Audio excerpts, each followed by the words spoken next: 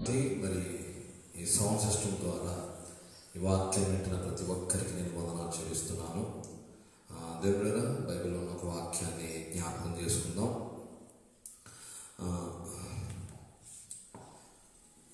నిజంగా మనందరికీ ఒక బలహీనత అనేది ఉంటుంది.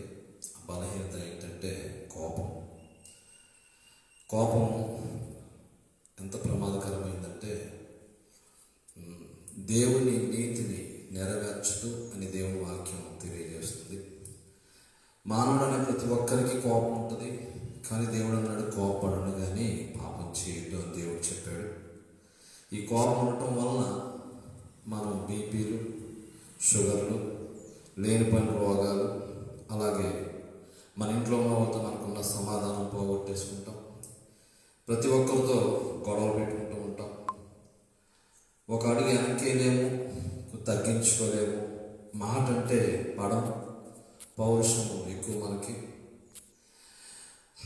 ఇలాగా మనం మనకున్న వాటిని బట్టి అతిశయిస్తూ నేను ఎందుకు తగ్గాలి, ఎందుకు మాట వినాలి, ఒక చెప్తే నేను ఎందుకు చేయాలి అనే సందర్భంలో మనకి కోపాలు వస్తూ ఉంటాయి. ఎక్కువగా కోపం ఎవరికి వస్తుందంటే ఆస్తి ఎక్కువ ఉన్నా, చదువు ఎక్కువ ఉన్నా, అందం ఎక్కువ ఉన్నా, పలుకుబడి ఎక్కువ ఉన్నా, లేకపోతే మంచి ఉద్యోగం ఉన్నా,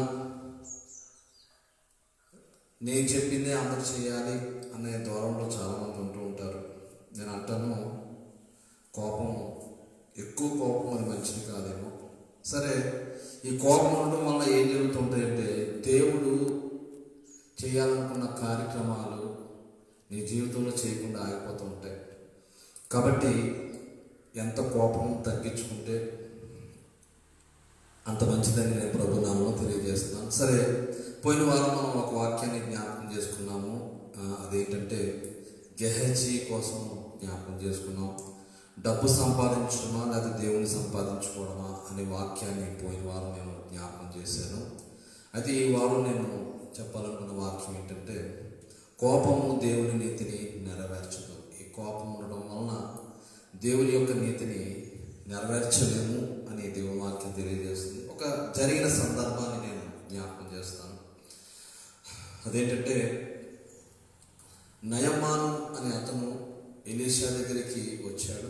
ఎందుకు వచ్చాడు అంటే నయమానికి కుష్టి వ్యాధి ఉంది కాబట్టి ఆ కుష్టి వ్యాధి పోగొట్టుకోవడానికి ఎలీషా దగ్గరికి వచ్చాడు. నయమాను సంగతి మీ అందరికీ తెలిసిందే కదా.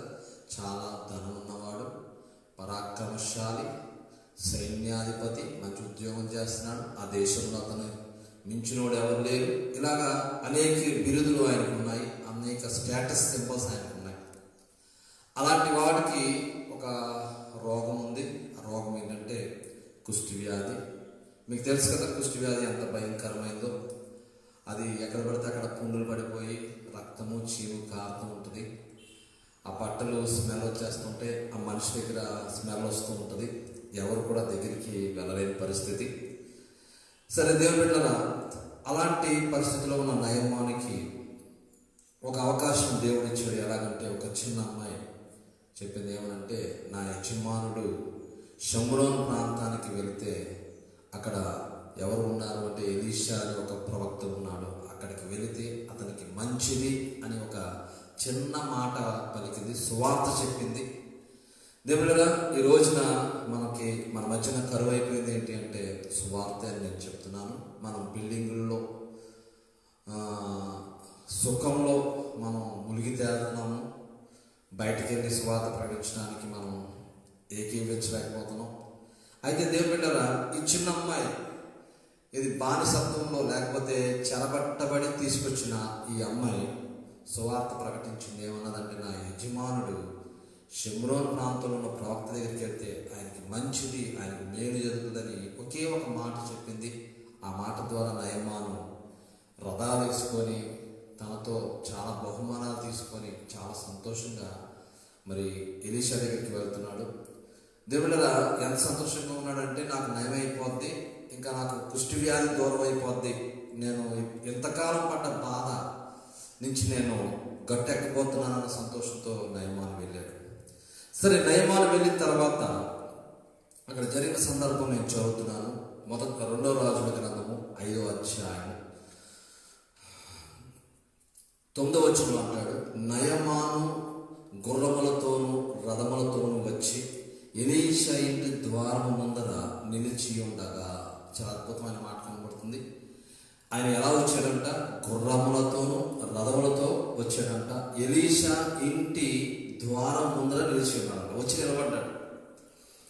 నిలబడ్డప్పుడు లోపల నుంచి ఎలీషా ఒక కవరం ఇచ్చాడు. ఏమనంటే, నీవు యోర్దాను నదికి పోయి 7 మార్లు స్నానం చేయము, నీ ఒళ్ళు మరలా బాగా నీవు శుద్ధుడు అవుదు అని అతనితో చెప్పుటకు ఒక దూతను పంపెను. చక్కని మాట కనబడుతుంది కదా. నయమాను వచ్చిన పని అయిపోయింది. ఎలాగంటే, నయమాను కుష్టి వ్యాధిని తగ్గించుకుంటాకు వచ్చాడు. నయమాను వచ్చిన వెంటనే ఆ లోపల నుంచి, ఆ ఇంటి ముందర దిగిన వెంటనే నయమాను ఎలీషా లోపల నుంచి కౌరవించాడు. ఏమనంటే, ఆ వచ్చిన అతన్ని 7 మార్లు వెళ్ళి యోర్దాను నదిలో ములగని చెప్పాడు. అప్పుడు అతడు నీ ఒళ్ళు మరలా పోగా నీవు శుద్ధుడు అవదు అని అతనితో చెప్పుటకు, అంటే నువ్వు శుద్ధుడు అయిపోతావని కూడా ఆ ప్రవక్త ఎలీషా చెప్పేశాడు. అంటే అతను వచ్చిన పని అయిపోయింది. కానీ నిజంగా దేవుడు మన విషయాల్లో కూడా అనేకమైన పనులు చేయడానికి సిద్ధపడతాడు. పనులు చేసేసుకుంటూ వచ్చేస్తాడు. కానీ మనమే మన పనులే మనం ఆపేసుకుంటాం. ఎలాగంటే, మన ప్రవర్తనతో మన పనులు మనం ఆపేసుకుంటాం. ఇక్కడ మనకు క్లియర్గా అర్థమవుతుంది. తను వచ్చిన పని ఏంటి? కుష్టి వ్యాధిని పోగొట్టుకుంటారు. ఎలీషా చెప్పేశాడు. ఏమంటే, నువ్వు శుద్ధుడు అవుతావు, యోర్దాను నదిలో వెళ్ళి ములుగు 7 సార్లు అని చెప్పాడు. దానికి రెస్పాన్స్ వచ్చేసింది. మునిగితే శుద్ధుడు అయిపోతావు అని కూడా చెప్పేశాడు. ఇంకా దానికి ఆన్సర్ వచ్చినప్పుడు ఇంకా తనకి ఇంకేం కావాలి? ఎంతో సంతోషంతో వెళ్ళి యోర్దాను నదిలో మునగడం మానేసి నయమానికి కోపం వచ్చేసింది. ఎందుకు వచ్చేసింది కోపం? కోపం తెచ్చుకొని తిరిగిపోయి ఇట్లా నేను కోపం తెచ్చేసుకున్నాడు. ఎందుకు కోపం తెచ్చుకున్నాడు? దేవుళ్ళగా ఈరోజు మనం కూడా ప్రతిదానికి కోపాలు పడిపోతున్నాం కదా. దేవుణ్ణి సరిగ్గా అర్థం చేసుకోలేకపోతున్నాం. దేవుని యొక్క క్రియలు ఎలా ఉంటాయో, దేవుని యొక్క పనులు ఎలా ఉంటాయో మనం అర్థం చేసుకోలేక మనం దేవుని మిస్అండర్స్టాండింగ్ చేసుకుంటున్నాము. మన కోపంతో మనం ఏమవుతున్నాం అంటే దేవునికి దూరం అయిపోతున్నాం. కాబట్టి కోపం తెచ్చుకొని తిరిగిపోయి ఇట్లా నేను, అతడు నా యొద్దకు వచ్చి నిలిచి తన దేవుడైన యెహోవా నామమును బట్టి తన చెయ్య రోగముగా ఉన్న స్థలం మీద ఆడించి కుష్టి రోగమును మానుకునని నేను అనుకుంటుని. ఏమంటారా? నయమాన్ అనుకున్నాడు. ఏమంటే నయమాన్ ఏమనుకున్నాడంటే, తనకు ఎక్కడెక్కడ పుండులు ఉన్నాయో, ఎక్కడెక్కడ కుష్టి వ్యాధి ఉందో అక్కడ ఎలీషా వచ్చి చెయ్యాడించి యెహోవా నామాన్న ప్రార్థన చేస్తాడేమో అనుకున్నాడు నయమాన్. కానీ ఎలీషా అలా చేయలే. అసలు నయమాన్ని చూడకుండానే చెప్పాడు. ఏమంటే, యోర్దాను నదిలో మునిగితే అతను శుద్ధుడవుతాడని చెప్పేశాడు. ఎప్పుడు దేవుని యొక్క పనులు కానీ, దేవుని యొక్క కార్యాలు కానీ నువ్వు అనుకున్నట్టు, నేను అనుకున్నట్టు జరగవు. ఎందుకంటే నీ ప్లాన్ నీకుంటుంది, దేవుడు ప్లాన్ దేవుడికి ఉంటుంది. దేవుడు ఎలాగ అప్రోచ్ అవ్వబోతున్నాడో, దేవుడు ఎలాగ నీకు కార్యం చేయబోతున్నాడో భూమి మీద ఉన్న ఏ మానవుడు కూడా దాన్ని ఏం చేయలేదంటే ఎస్టిమేట్ చేయటం, లేకపోతే గెస్ చేయటం ఎవరి వల్ల అవ్వదు. అయితే దేవుడు కదా ఇతను కోపం తెచ్చుకున్నాడు. ఈ కోపం ఎంత పనిచేసింది అంటే దేవుని యొక్క కార్యాన్ని అటగించేసింది. దేవుని యొక్క కార్యాన్ని పొందకుండానే తన తిరిగి వెళ్ళిపోదామన్న ఆ తలంపులు తనలో స్టార్ట్ అయిపోయినాయి. తిరిగి ముఖం కూడా తిరిగి వెళ్ళిపోదామని కూడా రథం ఎక్కేసాడు. దేవుడా, నేను చెప్తున్నాను, కోపం తెచ్చుకుంటున్నావా ఎక్కువ? అస్సలు మంచిది కదా. చాలా మందికి కోపాలు వచ్చేస్తుంటాయి కదా. కోపం నీకు అర్థం చేసుకోవాలి. నీకు బీపీ వచ్చే సింటమ్స్ ఉంటేనే కోపం వచ్చేస్తుంటుంది. ఏదో రోజున నీ మెదడులో ఉన్న నరాలో లేకపోతే నీ గుండెల్లో ఉన్న నరాలో తెగిపోతాయి. ఎప్పుడు తెలుసా? నీకు కంట్రోల్ అవ్వలేనంత కోపం వస్తుంది అంటే నువ్వు ప్రమాదం జోన్లోకి వెళ్తున్నావేమో. జాగ్రత్తగా చూసుకుంటే మంచిది. కాబట్టి దేవుడా, ఇతను కోపం వచ్చేసింది నయమాన్ గారికి. నయమాన్ కోపం వచ్చి ఒక నిర్ణయం తీసుకున్నాడు. అసలు దేవుని కార్యాలు ఎలా జరుగుతాయి అనేది సేవకుడైన ఎలీషా చెప్పాలి. అసలు యుద్ధం ఎలా చేయాలనేది ఎవరు చెప్పాలి? నయమాన్ చెప్పాలి. ఎందుకంటే నయమాను సైన్యాధిపతి, పరాక్రమశాలి, తనకున్న క్వాలిఫికేషన్స్ అవి. తన ఉద్యోగం తను అడిగితే తను చెప్పాలి. కానీ ఎలీషా కూడా ఎలా చేయాలో నయమానే చెప్పేస్తున్నాడు. యెహోవా నామమున నాకు ఎక్కడెక్కడ పుండ్లు ఉన్నాయో అక్కడ చేసి ప్రార్థన చేస్తే నేను చేస్తాడని నేను అనుకున్నాను అని. అంటే ఎలాగుందంటే ఈయన పని ఈయన చేసేస్తాడు, ఎల్లటోళ్ళ పని కూడా ఈయనే చేసేస్తాడు. చాలా మంది అలాగే ఉంటారు, వాళ్ళే ప్రశ్న వేసేసి వాళ్ళే ఆన్సర్ చెప్పేసుకుంటారు. ఎదటోళ్ళు ఆన్సర్ చెప్పేదాకా కూడా ఆగలేకపోతారు. ఈ మధ్య జనాలు ఎలా తయారైపోయారంటే ఎవరు దొరికితే బుర్ర తినేస్తున్నారు అంతే. అరగంట గంట ఇంకా మాట్లాడనట్లేదు. వీళ్ళకి దొరికిందే ఛాన్స్. ఎందుకంటే టిఫిన్ సెంటర్ లేవు, రెస్టారెంట్లు లేవు, బయటకు వెళ్ళి తినడానికి అవకాశం లేదు. మనిషి ఏమో దొరుకుతుంటే వాళ్ళంటూ తినేస్తున్నారు అంతే. ఆడేమో ఎలా పారిపోదామా అని చూస్తున్నాడు. చాలా సందర్భాల్లో నేను గమనిస్తున్నాను ఇలాంటి పరిస్థితులు. దేవుడు నయమాను గారు కూడా అలాగే అనుకున్నారు. ఈయన పని ఈయన చేసేస్తాడు, ఎదటోళ్ళ పని కూడా ఎలా జరగాలో ఈయన నిర్ణయించేస్తాడు. ఒకటి గుర్తుపెట్టుకోవాలి, మనం ఎంత జ్ఞానవంతులమైనా ఎంత డబ్బున్నా ఈ రోజున కరోనా వైరస్ వచ్చాక జనాలు కూడా అర్థమైంది ఏంటో తెలుసా, మన డబ్బు ఎందుకు పనికిరాదు. మన జబ్బులు నయం చేసుకుంటాం కూడా ఎందుకు పనికిరాదు ఈ డబ్బు అని అర్థమైంది.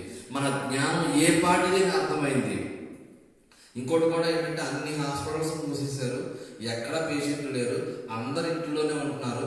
మరి మామూలు టైంలో అయితే హాస్పిటల్స్ కానీ, మెడికల్ షాపులు కానీ, బ్లడ్ టెస్ట్ సెంటర్లు కానీ అస్సలు ఖాళీ ఉండే కాదు. మరి ఇప్పుడు రోగాలన్నీ ఏమైపోయినాయి అంటే, రోగం ఉందని మనమే ఫీల్ అయిపోయి మన రోగాన్ని మనం 10 సార్లు జ్ఞాపకం చేసుకొని ఇంకా అస్తమానం దానికోసం ఆలోచిస్తూ 10 మందితో ఆ విషయాన్ని డిస్కస్ చేస్తూ 10 హాస్పిటల్ తిరుగుతూ రక్తస్రావణ స్త్రీ అంట అనేక వైద్యుల చేత తిప్పల పడి తన డబ్బునంతా వ్యాయామం చేసుకొని నష్టం చేసుకొని మరింత సంకటపడి ఆఖరికి ఎక్కడికి వెళ్ళిందంటే ఏ ప్రయోజనము లేక యేసుని గురించి విని యేసు దగ్గరికి వెళ్ళి స్వస్థత పొందింది.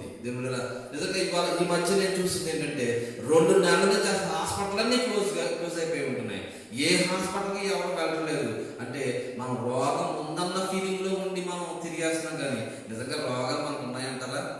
జనం ఎలా బతుకుతున్నారంటే భయం గుప్పెట్లో బతుకుతున్నారు. చచ్చిపోతానేమో అన్న భయంతోని మనం హాస్పిటల్ చుట్టూరు తిరుగుతున్నాం. కానీ ఈరోజు నయమాన్ కోసం నేను చెప్తున్నాను బిడ్డలారా, నయమాన్ కంటే కోపం వచ్చిందంట.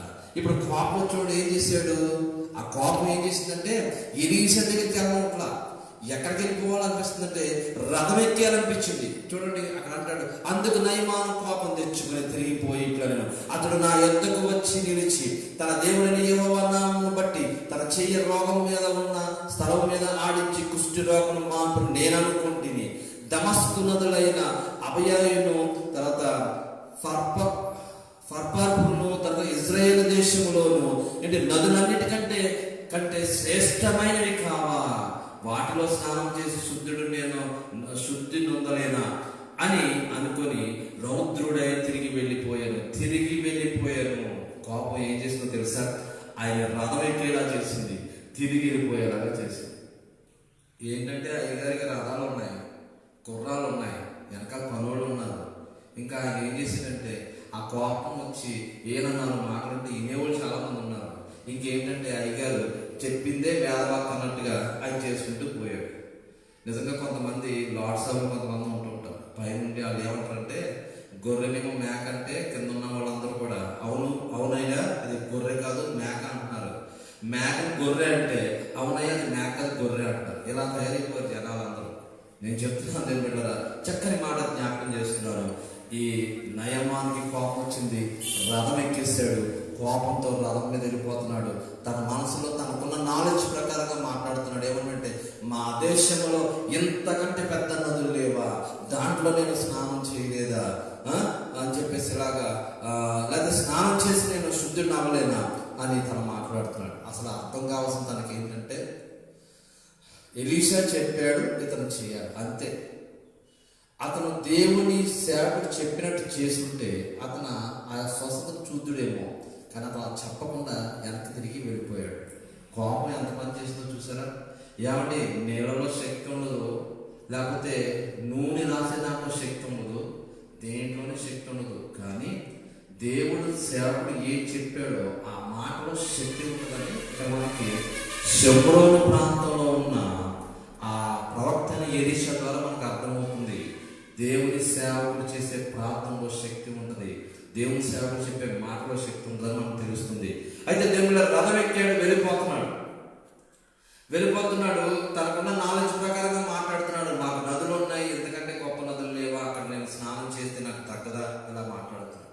అవును కరెక్టే, మనం చాలా జ్ఞానవంతులు. కానీ దేవుడు అన్నాడు ఈ లోక సంబంధమైన జ్ఞానం దేవుని దృష్టికి వెర్రేతనముగా కనబడుతుంది అన్నాడు. మనం వెర్రోళ్ళు కంటే వెర్రోళ్ళు. నేను చెప్తున్నాను కదా, మన జ్ఞానం ఏ పాటిది. మనకు వచ్చిన రోగం ఏంటో మనకే తెలియదు, మనకి ఏమైపోతుందో మనకే తెలియదు, ఎప్పుడు దాకా ఉంటామో మనకు తెలియదు. నీ కోసం నీకు తెలియదు, నా కోసం నాకు తెలియదు. బిడ్డకు చూస్తే ఎలా ఉంటుందంటే యేసుక్రీస్తు పైన ఒక లీటర్లాగా ఫీల్ అయిపోతూ ఉంటాం. నేను అంటాను, దేవుని కింద మనం ఎంత తగ్గించుకుంటే అంత మంచిదేమో కదా. కోపం తెచ్చుకున్నాడు. ఈ రోజున దేవుని సేవలు వాక్యం చెప్తుంటే కిందున్న విశ్వాసులు ఎంతమంది కోప్పడి చర్చలు మానేయట్లేదు.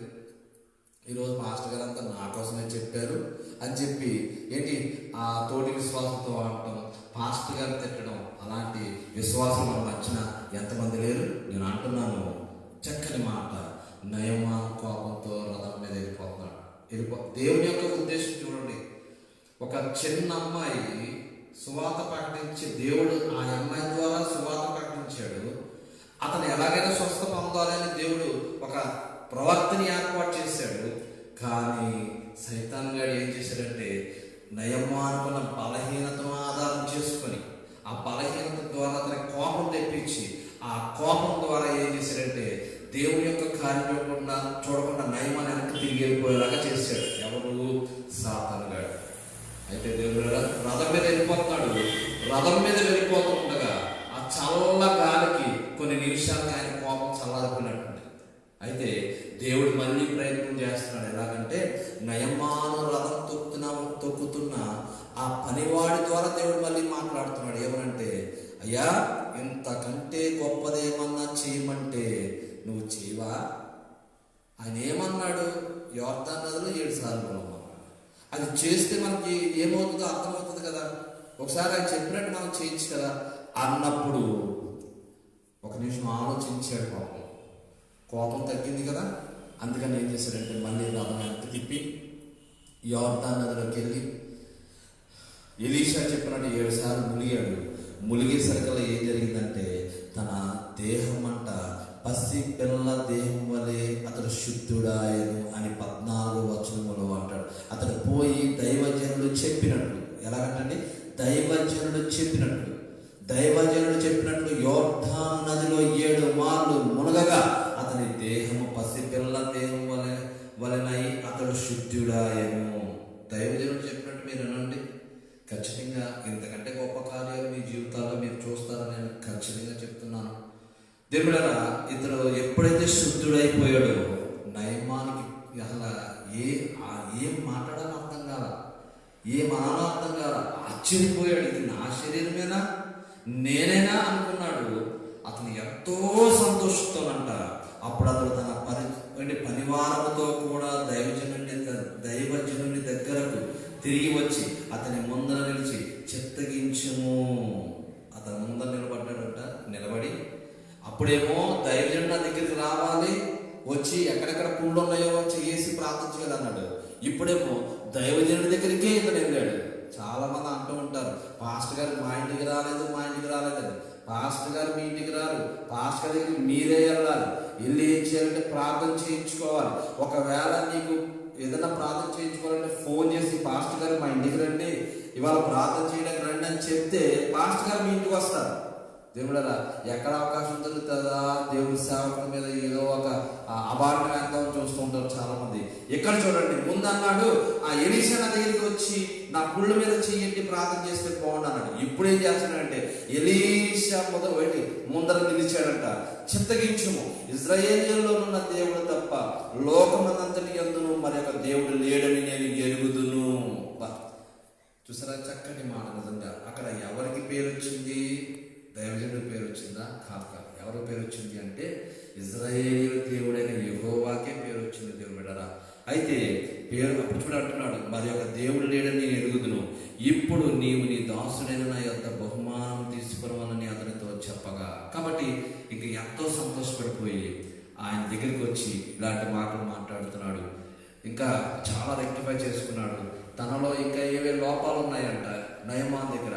ఆ లోపాలన్నీ ఎలీషా దగ్గర చెప్పుకొని అవన్నీ సరి చేసుకొని అక్కడి నుంచి సంతోషంగా తిరిగి వెళ్ళిపోయాడు. నేను ఇప్పుడు మళ్ళీ చెప్తున్నాను, నీ కోపం, ఒక సామెత కూడా ఉంది కదా, తన కోపమే తన శత్రు. నీ కోపం ఎక్కడి దాకా తీసుకెళ్తుందో తెలుసా? నిన్నే పాడు చేస్తుంది. అది నీకు అర్థమయ్యేసరికల్లా నువ్వేం చేస్తావంటే ఉంటావో లేదో తెలియదు. కాబట్టి నేను చెప్తున్నాను, నయమానుకులాగా కోపం తెచ్చుకో, నయమానుకులాగా తగ్గించుకో. నయమాను ఎలీషా చెప్పినట్టు చేశాడు, దేవుని కార్యం చూశాడు. కాబట్టి నువ్వు కూడా దేవుని సేవ చెప్పినట్టు చెయ్యి, వాక్యం చెప్పినట్టు చెయ్యి, దేవుడు చెప్పినట్టు చెయ్యి. అప్పుడు నువ్వు దేవుని కార్యాన్ని ఖచ్చితంగా చూస్తావు. నీకున్న ఉద్యోగాన్ని బట్టి, నీకున్న డబ్బును బట్టి, నీకున్న పరాక్రమశాలి అంటే నీకున్న టాలెంట్ బట్టి నిన్ను నువ్వు ఎస్టిమేట్ చేసుకోవద్దు. ఎందుకంటే దేవుని ఎదుట మనము ఎందుకు పనికిరాని వారు మన సంగతి నువ్వు మర్చిపోతావు. 0 పక్కన 1 ఉంటేనే 0కు విలువ. 10 సున్నాలు పెట్టుకొని పక్కన 1 లేదనుకోండి, ఆ 10 సున్నాలకి విలువ లేదు. నువ్వు 100 సున్నాలు పెట్టినా విలువ లేదు. కానీ ఆ 0 పక్కన 1 పెట్టావనుకో, ఆ సున్నాలన్నిటికీ విలువ వచ్చేస్తుంది. కాబట్టి నువ్వు 0 అన్న సంగతి మర్చిపోవద్దు. నీ పక్కన 1 అని యేసుక్రీస్తు ఉంటేనే నీకు విలువ అన్న సంగతి మర్చిపోవద్దు. మళ్ళీ చెప్తున్నాను, నేను చెప్పిన వాక్యాన్ని ఏమి అపార్థం చేసుకోకుండా చెప్తున్నాను. ఏమనంటే కోపం తెచ్చుకోవద్దు, దేవుని నీతికి అడ్డంగా నిలబడవద్దు. నయమానులాగా కోపం తగ్గించుకొని దేవుని వాక్యానుసారంగా మీరు చేయగలిగితే నయమాను చూసిన ఆశీర్వాదాన్ని, స్వస్థతని మీరు కూడా చూస్తారని ప్రభునామములో తెలియజేస్తే కొన్ని మాటలు దేవుడు దీవించును గాక.